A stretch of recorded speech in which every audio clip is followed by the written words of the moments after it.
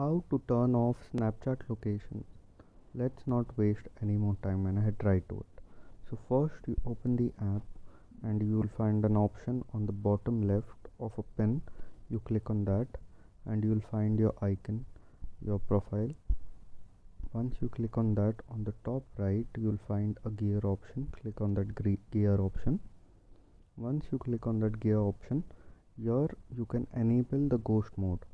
When you enable your ghost mode, your friends are not able to see your location, or no one is able to see your location, even though if your location is on.